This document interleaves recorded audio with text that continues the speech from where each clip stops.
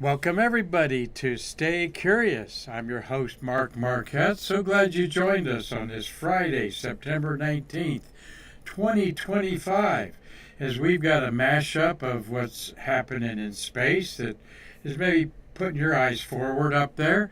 And two birthdays, astronaut birthdays today. And we're going to talk about one Hispanic astronaut on National Hispanic Month here in America, September 15th, October 15th. And hey, y'all mateys out there, Talk Like a Pirate Day is today.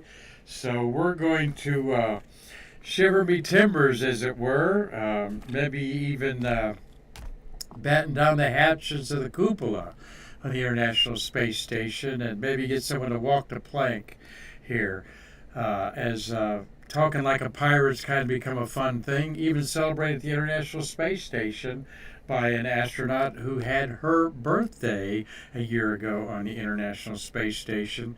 Stay curious about that birthday girl here in a minute. So, want to say thank you to Matthew Raj running our Streamlabs board here. Marty is on a wonderful golf course somewhere with some of his friends out of town enjoying that, as Marty should. Thank you, Raj, for overcoming our little technical snafu there. I had ultimate faith in you. Thank you so much there for getting us going today. And I was trying to talk like a pirate, but I just can't. Pirate sayings are like weigh anchor. All right, that means let's go and get moving. Now, booty, everybody knows what a booty is. That's a treasure of loot obtained. A buccaneer, I was watching the Buccaneers play football the other day.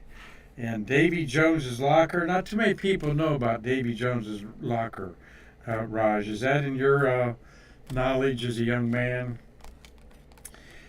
Davy Jones's locker refers to it's at the bottom of the sea in a watery grave type of thing. And landlubber, that's a good one. You don't hear any people called landlubbers lately, but matey, ahoy, and of course scallywag. That's one of my favorite ones. A playful insult to a rogue or a scoundrel, you scallywag.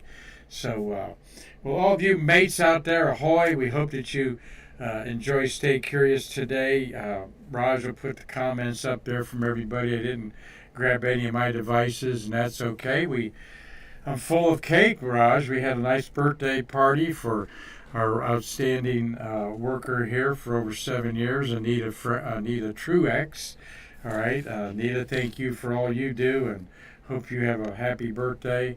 And we're talking like an echo today, RG Jubilee said. So thanks for that little tip there. Slight echo pinging on, says Dave Stangy. There, you're reading all that, Raj, and he's working on that as we speak. So sorry about that. Maybe we'll get it solved. Maybe we won't. Well, let's kick off the show by saying we are doing a GoFundMe for damages sustained in our fire a week ago, isolated to the kitchen, and let me scoot over that way. There we go. And we've raised over about $1,200 so far, so thank you all so much for your contributions. We will have some painting, ceiling tiles to replace, probably an extensive carpet cleaning that needs it anyway. So dodged a bullet, surveying the damage over the week. It's not that bad, really. That a little bit of elbow grease from a few of us will get her cleaned up over the weekend. And we're going to have a NASA Legends of NASA dinner. Bob Seek is going to do the honors after Jay Honeycutt kicked this off for us. This is at the Italian American Club for all you locals, so please think about attending November 12th. All right, that's a Wednesday. We'll have a delicious lasagna dinner and a great informal talk from Bob Seek, who's theme, Raj, is going to be something along the lines of, with all today's technology, don't forget to Google your brain. All right, that's something Bob Seek likes promoting. Google your brain, everybody. Don't depend on everything that you see here in your palm of your hand and and on your TV monitors at home. Uh, be a little skeptical inquirer in today's times. So, Bob Seek, thank you for supporting the museum. He's been our treasurer for about 10 years, a great guy. Launched 51 shuttles and landed all of them. And also a big shout out to Lake County Spaceport and Steve Jokums, his humble little business there that helps you modelers get decals on your shuttle for the underbelly thermal protection system and more. So Steve also contributed healthily to our um, GoFundMe on our renovation we'll need for the kitchen. So thank you. But go check out Lake County Spaceport on Facebook or on the website. And even if you're not a modeler, I think you'll be impressed with the skill that Steve exhibits after 4 decades of modeling. But he's really an awesome supporter of our museum, not just financially, but on his Facebook. Raj, he's picked up the shuttles of the month, and he enjoys sharing knowledge about each mission just like we do. So thank you, Steve, for all you do. And for this weekend in Azerbaijan, on the shores of the Black Sea at Baku, go Ferrari, okay? And look at this wonderful lady. This earthling is one of the dearest friends I have through business here at the museum. Nicole Stott, we love you to death. Nikki donated to us 2 pairs of her shoes she used on the International Space Station. Not donated, she's loaned them to us. And on the table is a sleeping bag and a little top that she wore working out. Sleeping bags, of course, where she spent 90 nights on the International Space Station on Expedition 20 and 21. We're putting the install on that as we speak. The whole team here is helping kick in and making an awesome exhibit in our Karen Conklin Women in Space gallery. So, Nikki, thank you so much. These are some ACIS running shoes that she used on the treadmill. She gave the cleated shoes that she wore on the bicycle, her little top there, and the sleeping bag. Just incredible. We're going to add more things to it as other lady astronauts maybe give us their mirror or their toothbrush and so forth. So appreciate Nicole Stott so much. 104 days in space on 2 different missions. She was on the last flight of Discovery 133 in 2010. So we'll show you pictures of what that looks like on Monday. Stay curious as we're putting together and installing this one-of-a-kind exhibit right now. Well, Monday is the first day of autumn. All right, the autumnal equinox is Monday, September 23rd at 2:19 p.m. All right, so that is exactly when the sun will be over the equator, and we have equal day and equal night, about 12 hours. And then we start losing 4 minutes of daylight for about a month, and then it cuts down to about 3 minutes of daylight each day we lose. And until December 21st is when we have the shortest day, and it starts going back the other way. We had a good program on it Monday, at least I call it a good program, and Marty was nodding his head that he understood it all, so that was my main accomplishment. But our part of the hemisphere, because of the tilt of the Earth, is tilted away, and the sunlight is indirect and not as hot, all right? But down under, where Cliff Watson is in Pomona, Australia, hey, Cliffy, he said the echo's gone down there, thank you. And you see at the bottom, they're tilted towards the sun, and the rays are hot. Again, the great explanation, I hope makes sense to you, Raj, is you can't get a suntan at 9 in the morning. The rays of the sun are too low. The sun's too low in the sky, and the sunlight hitting you is not that hot. When it's directly overhead at noon, then it's hot, and you can feel it on your skin, and it starts sun tanning you there. So that is what it's all about, not the closeness of the Earth to the sun we are actually further away from the sun at 95 million miles in the month of uh, July, and we're closest to the sun about 92 million miles away in June. So that's not a factor. It's the tilt of the axis and the indirect and direct rays there. So enjoy the last weekend of summer, everybody. When we're talking about the last weekend of winter, everybody's like, just like ready to go, man. I can't wait to get outside. It's the spring's finally here. But nope, that's the way they're feeling down in the cliff is. His winter's over with, and let's get spring on the road here. So um, spring down under and autumn up here where most of the population is. So, and what a great weekend to be out. I hope wherever you are, it's actually pleasant weather here in Florida, and I'm going to probably get out and try to do some stargazing. If not, just sit in a chair and with some binoculars and see what flies overhead over me for an hour or two. And we'll talk about that to end our Stay Curious today.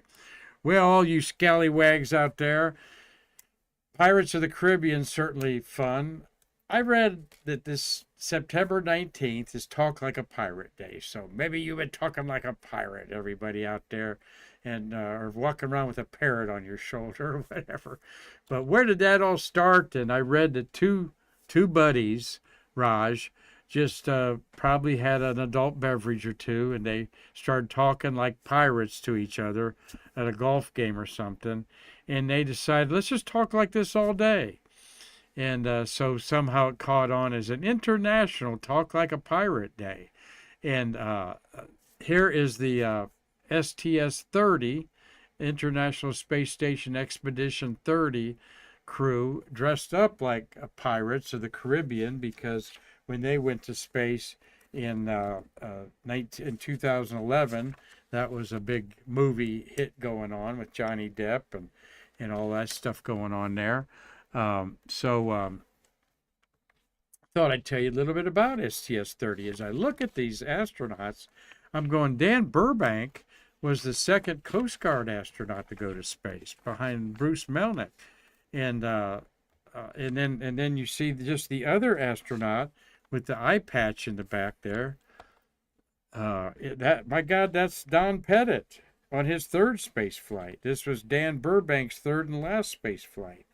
And then the rest of them are Russian, okay, except for Andrei Kupers, who's ESA.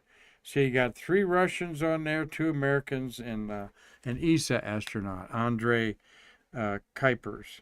Which one says Kuipers there above it? Is that the far left guy?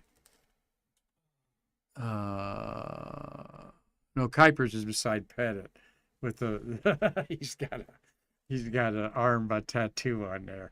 Dan Burbank looks unreal there, like that. This was something that NASA liked to do. I call it the Hollywood team building crew photo. This is the expedition crew. There you see manned space flight awareness in the right-hand corner up there. It is an official NASA. Look at that, NASA up in the upper right. This is an official NASA poster. I've never seen it before in all the posters of the expeditions. But here's the crew photo, their official crew photo. That's Dan Burbank there with the mustache on there. Do they have a mustache on him there? Yeah, they do. It was XXX30, really cool logo, I think. If you didn't know, there's a logo chosen for every expedition crew. This was 30, all right, 14 years ago. Now we're up to 73.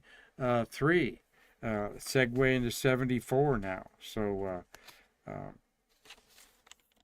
Talk Like a Pirate Day. And that mission was had a wonderful comet named Lovejoy that you all down under Cliffy saw it very well. And this is a photo of a spectacular comet taken a few days before Christmas on December 21st, 2011. All right, so and this was when we had to depend on the Russian Soyuz spacecraft to get us up there in 2011. All right, so that's enough of talking like a pirate, you all.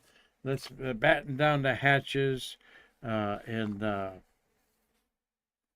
Uh, all you landlubbers, get ready for a birthday celebration, as this is a happy birthday to somebody who she's celebrating her 60th birthday today, and there she was a year ago on the International Space Station, unexpectedly, as many of you know.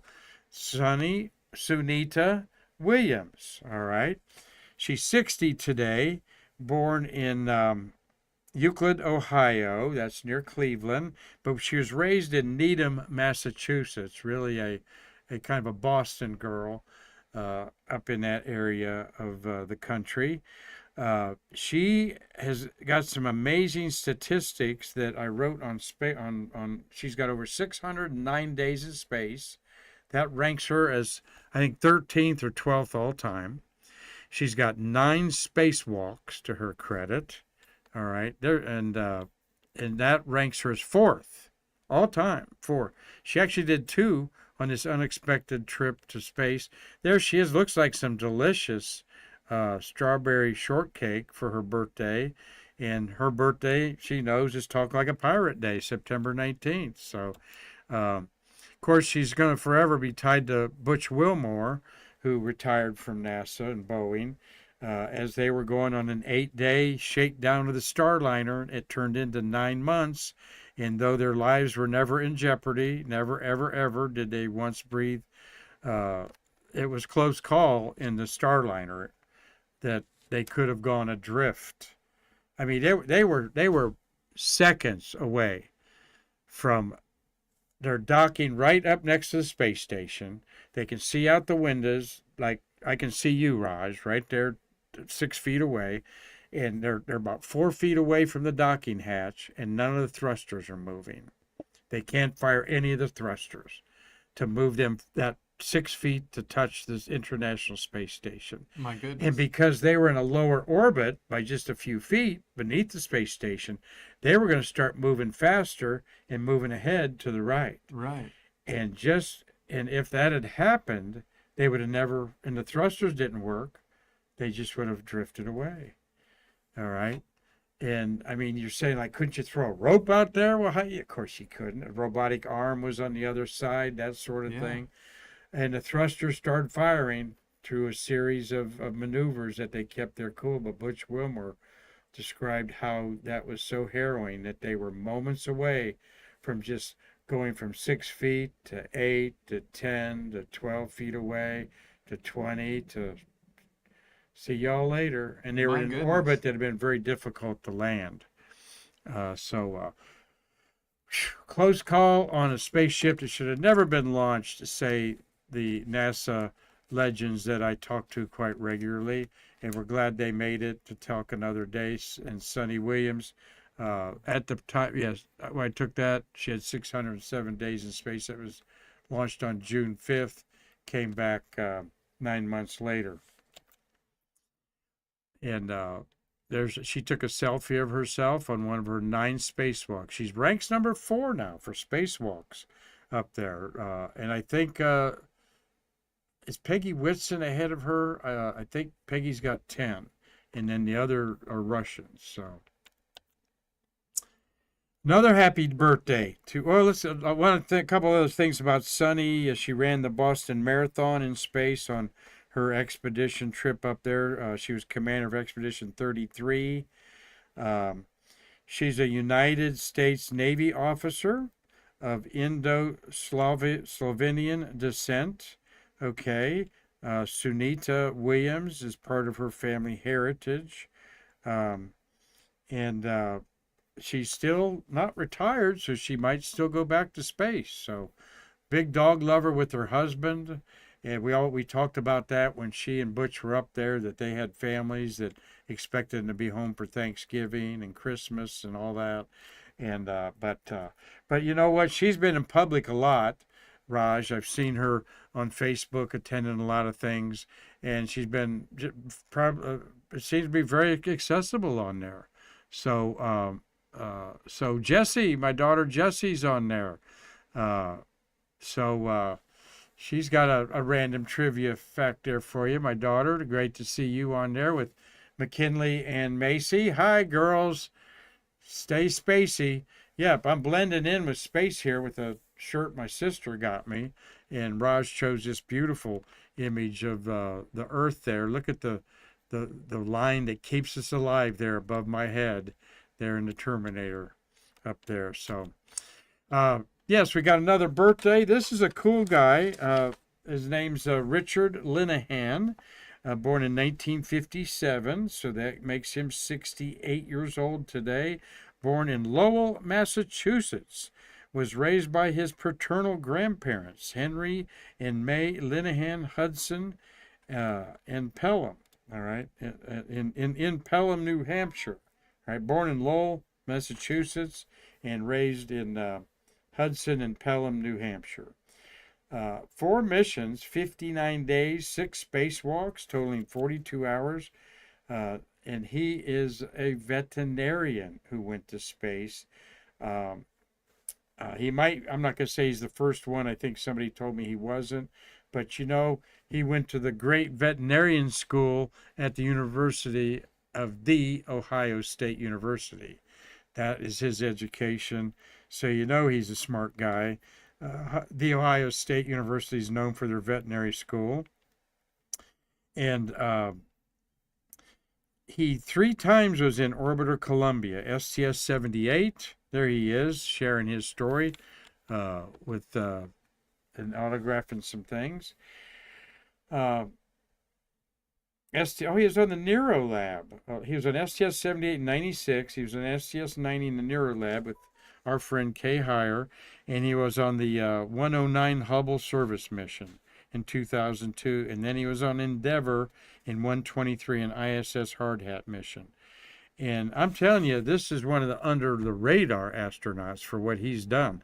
4-time shuttle, how do you say, 6 spacewalks? Wow. 59 days in space, and almost 2 full days of just your own satellite inside of a spacesuit doing cool things on the space station and in the payload bay of the orbiter. So Richard Linehan, happy birthday to you, 68 years old. National Hispanic Heritage Month. We love honoring any astronaut, and any excuse to do that. There's a handful right there that someone we've talked about. Lopez Allegra's on the lower right, Joe Acaba's in the upper right, Tony Oliva is in the lower left-hand corner, and the upper right-hand corner is who is in the upper right-hand corner up there? Oh, right here in front of me. I'm going to draw a blank on him. I think that's George Zamka. And then, no, I take that, that's Noriega. Yes. Carlos Noriega's upper left. Jose Hernandez right there in the, to the left of Ellen Ochoa, who's there in the middle. And so we're going to talk with Ellen Ochoa was honored this week with a Mattel Barbie doll. All right. How cool is that? And look how wonderful she looks. She had 4 trips to space. She was a former first Hispanic female director at the Johnson Space Center, position she held. And she's a classical flautist. We talked about her the other day. But talk a little bit about Jose Hernandez, who we hope to bring to Shuttlefest. There with Marty. Yep, got Marty on the show today. There's Jose out there a little bit ago. Jose Hernandez was born August 7th, 1962 in French Camp, California. His story is quite legendary. Migrant worker who becomes an astronaut and turned down about over 15 times, all right. And he wrote a book about it, From Farm Worker to Astronaut, My Path to the Stars. It got picked up on a Hollywood script and turned into a beautiful movie that I've enjoyed watching on Amazon. A Million Miles Away. It's Jose Pena, a good actor there, that portrayed him without a mustache. I told Jose when I met him I didn't like that they didn't have the mustache on him there. And there's an awesome scene in there where he's got a job at the Livermore nuclear blah blah blah research plant, and the woman who checks him in thinks he's the janitor, and gives him about 20, a ring with 20 keys on it. All right, and after he works there a while, uh, and he does his thing, and she gives him the keys back. He gives him the keys back, and I always ask him about that. I said that's my favorite part. And he said, "Yep, that really happened. She thought I was the janitor. I kept the keys for about a month until someone went looking for them, and I said, well, here, I'll give them back to you." So that's pretty cool. Great guy. Let's see what other picture I got wrapped up next. Oh yeah, million miles away. So, do y'all like wine out there? Any wine drinkers? Okay. Well, he has Terra Luna Cellars. All right. And he sells his wine. We hope to have a wine tasting here at the American Space Museum. And Connie McDaniel's certainly going to is at the forefront of trying to make that happen for us. Connie, thank you very much. She wants some Pinot Noir, I believe. There, she likes the light colored wine as opposed to red. But yeah, we're efforting it with Jose. He's in the loop. He knows about us, and basically he'll confirm it after the first of the year when he starts putting his schedule together.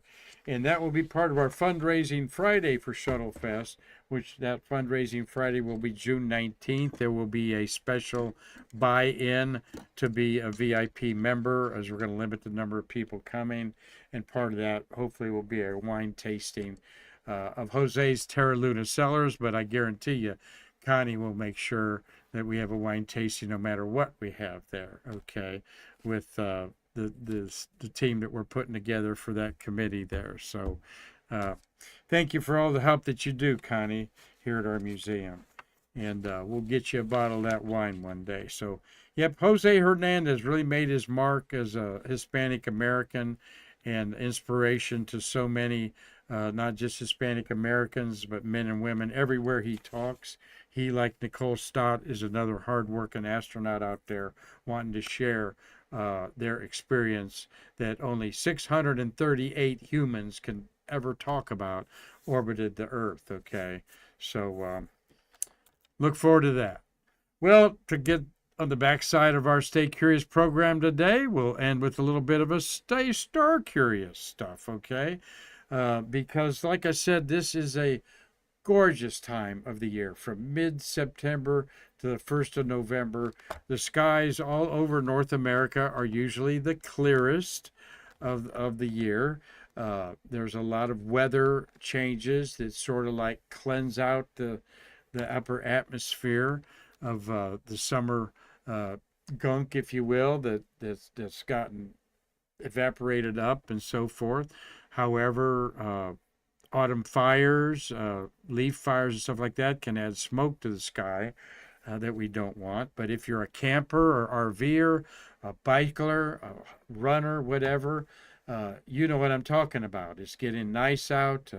It's sweater weather up north. Even down here, we hope to get a sweater on maybe by next week. But so I'm going to get outside and enjoy the stars. Why? Because I think it is innate in humans that we take a star bath, if you would, okay? That you shower yourself with light from other sources in our solar system, in our universe, all right? And that's really what it's all about, Raj, is you're looking at across the universe when you look out the sky. And though in reality, from your light polluted backyard, you might be pressed to count 35 stars. And I'm saying that because that's what I did the other night, moonless night. And I'm going, Christ, I can only count 35 stars I can see here in Port St. John from my backyard. Man, I'm wow. That just hurts. And we call it nectalgia. I have a slide for that here in a minute. So the moon, I forgot to pull up what the moon is. I think the moon is 25 days old, 26 days old. It's going to hit new moon over the weekend, meaning you're not going to see the moon. It is above or below the sun in the daytime sky, and then it'll be popping up midweek. We'll see the crescent of the moon after sunset. So this is a great time, as astronomers speak like an astronomer, like we're talking like a pirate today. Well, mateys, the moon is 26 days old. That means it is a thin crescent in the morning sky before sunrise. The bright planet Venus is not too far away. The other bright star you see will be Jupiter. It'll be the crescent, then Jupiter, then Venus up in the sky. I think, but without the moonshine in the evening sky, you can see the dark Milky Way from a dark sky. All right. You can see the faint, I meant Milky Way from a dark sky. You can see things that you can't see when the moon's out, including other fainter stars. So I'm looking forward to getting a little moonshine and, starshine. Now, what the big buzz is, Raj, is there is this interplanetary comet, all right? Something that came from another solar system, folks. That just rolls off our tongue, but let that sink in a minute. This came from another star system. The closest star system to us, Alpha Centauri system, is 3.5 light years away. So when we're looking at the stars of Alpha Centauri that you can only see around the equator and southern hemisphere, you are seeing light. You have to wait 3 years for that light to hit you. All right, that light left Alpha Centauri in 2022. All right, at going at 6 trillion miles an hour. So this came from somewhere. How many thousands, how many millions of years has it been traveling? What flung it out of where it was created? Where was it created? We don't know. But there it is, the greenish little object there. All the other objects that are streaking, Raj, are stars. All right. This is a telescope that is following the comet to make that exposure for maybe 10 minutes, let's say. So that is the star streaks for 10 minutes. In this comet, it's an interplanetary object. They call it I3-Atlas. The I's for interplanetary. 3 is it's the third interplanetary object discovered just in the last 5 years. And /Atlas is the automatic telescope system that found it. Now, amateur astronomers all over the world are taking this from their backyard. Okay, I'm not sure what constellation it's in. I think it's still in the southern hemisphere. But it will be, in 2 weeks, flying by Mars. All right. But this is so exciting. This was created somewhere where we're not familiar with how the chemical processes work, quite possibly. And this comet is brighter than it's predicted to have been. What's causing the brightness, you ask, Raj? It's not on fire inside or glowing or its own energy source. This is the comet's literally melting by the solar heat that's hitting it. All right, it has been in the frigid Netherlands between solar systems from somewhere for millions of years. Maybe it's been 1 billion years just interloping through the universe. And the sun's gravity catches it and starting to pull it in. And it's going from 400 below zero to maybe 300 below zero. But in physics, that's, of course, arbitrary numbers in many ways, but that's 100 degrees Fahrenheit could make it start gassing out and vapors start sublimating from solid to gas, all right? So this is very, very exciting time to see this. Cliff's corrected me, 4.2 light years for the system of Alpha Centauri. Thank you, Cliffy, because that's in his backyard down under there. And I'm looking to see what my daughter says there. Yeah, she says like and share. Thank you, honey, for promoting your daddy here with McKinley and Macy. Well, here's what's going on. It came from the upper right, okay? and it didn't come back that close to Jupiter. Jupiter should be in a different spot there, but that's Jupiter's orbit. All right. And right now, it is coming by us. Earth is going to be on the other side of the solar system, but October, first week in October, where it intersects the orbit of Mars, it's actually going to be very close to Mars. Okay. So we're looking forward to that. No, I got it backwards. I'm sorry. It came from the bottom here. That's the way this is. So it's coming up this way. See how close it is to Mars right there? And then the Earth is on the other side of the sun. And then it will apparently come somewhat close to Jupiter. But there's all kinds of little predictions that it's coming within like a million miles of Mars, but maybe a perturbation of Jupiter and Saturn could pull it into Mars, and it could hit Mars. Man, that would be something to see. So this comet 3I, we're calling it 3I Atlas, is really going to put on a show, we think. And around on Mars, the two rovers, Perseverance and Curiosity, will be having their cameras on it, as well as 3 orbiters orbiting Mars will all be trained to it. So we'll be seeing some spectacular images, quite possibly, of this alien comet. Now, forget, and here's another from Oslo, Norway. This is a backyard astronomy's photo of it, all right? It's still like a billion miles away from the sun. Yeah, it's starting to heat up.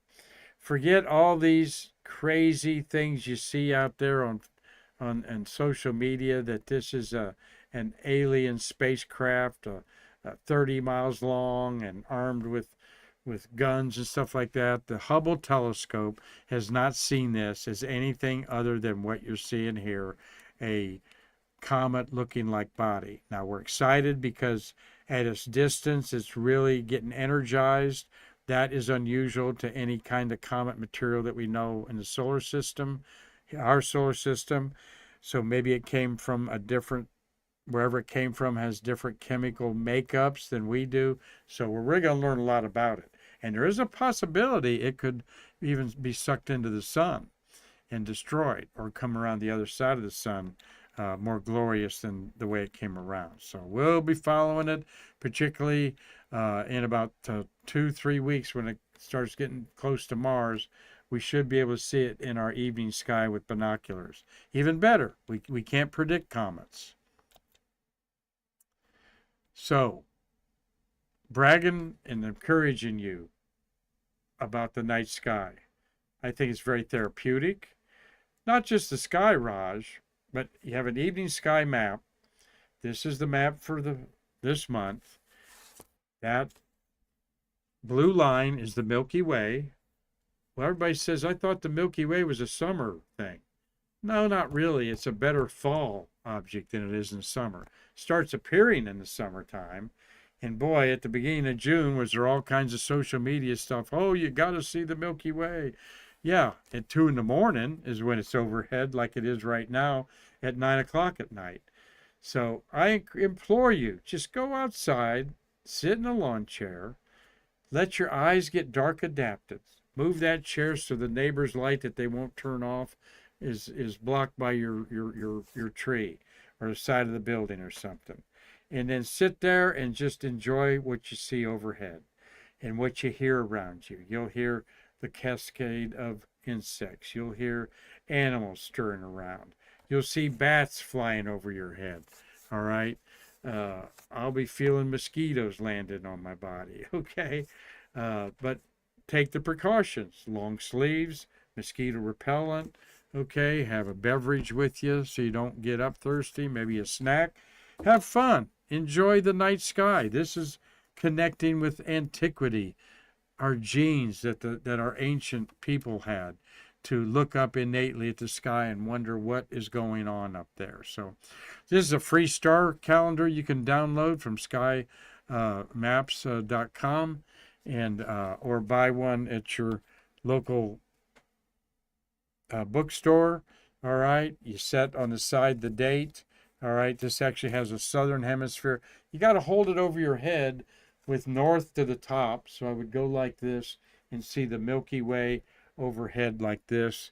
And yes, it's a little bit of knowledge that you have to get. It's not instantaneous, but the reward is forever. If you learn the constellations every season and sit outside and enjoy them, I guarantee you'll feel better about yourself and maybe even what's going on around the world. Frankly, it's the only way I can escape it is to get up outside. Even though I enjoy my share of TV and social media, you got advertisement and everything else trying to bend your mind this way and that. And when you're outside under the stars, under the creation of our universe, you make up your own opinions about what you're seeing and what's going on based on the scientific fact. It's not easy to see the night sky. That's why we coined the phrase noctalgia, meaning sky grief. It is ridiculous that I can't go out backyard like I used to and see the Milky Way the way I did. I see it about like right in the middle there. Raj, just you're not going to see it in the city, but just barely hints of it like this. From this is Herky Park. I want to say what's the name of that park up there? Herky. This is between Melbourne and Orlando, and looks like a little smoky fire coming up there out of the trees. That's the Milky Way in Sagittarius. All right, which is and to the right of it is Scorpio, the Scorpion, and the teapot of Sagittarius is pumpkin down there. That's these bright stars here in the center, are all Sagittarius, and take some binoculars with you too to look around there. You will not regret it. So thanks for watching today, Dave Stange, Carlton Bailey. We'll get him back on the show. Maybe he said he can come on maybe Monday. We're going to have Tom Usiak on Friday with a special program.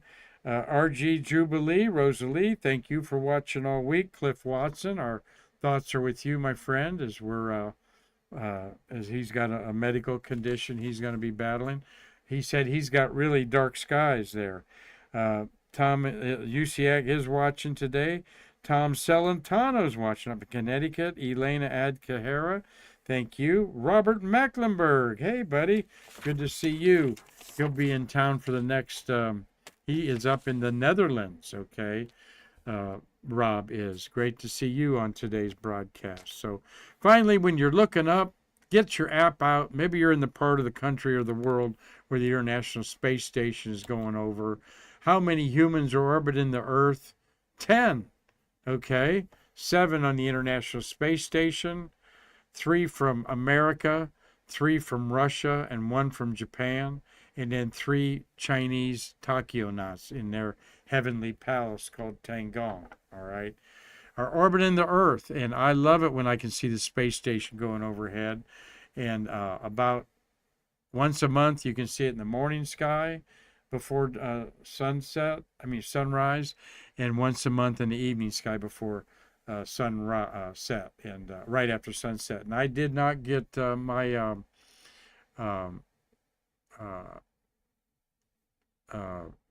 app up to see if this is one of those weeks. But you won't regret watching it go overhead. Give them a wave. They're all working hard up there. And we got Rupert, the armadillo from the Sands Museum, the Cape Canaveral Space Museum, and our good friend there, Jamie Draper, are waiting for Rupert to get out of the bag that astronaut Spanky took him up in and get him up there in the cupola. They've been up there a little over a month, so they're probably about ready to have some fun with that. So we'll let you know when old Rupert the Armadillo makes himself known up on the cupola of the International Space Station. So thank you all for watching. Appreciate everybody's comments and support, the way you have supported us to recover from our little fire. Thank you, Raj, for a great program here on Streamlabs today and solving a camera dilemma that we had for a while. So Thank you all so much. Get out underneath that star shine and take a star bath. You will not regret it, and it will cleanse your mind like nothing else, I guarantee. Until next week, I'm Mark Marquez saying I can't wait to see you in our museum someday to bridge the space between us. Thank you so much.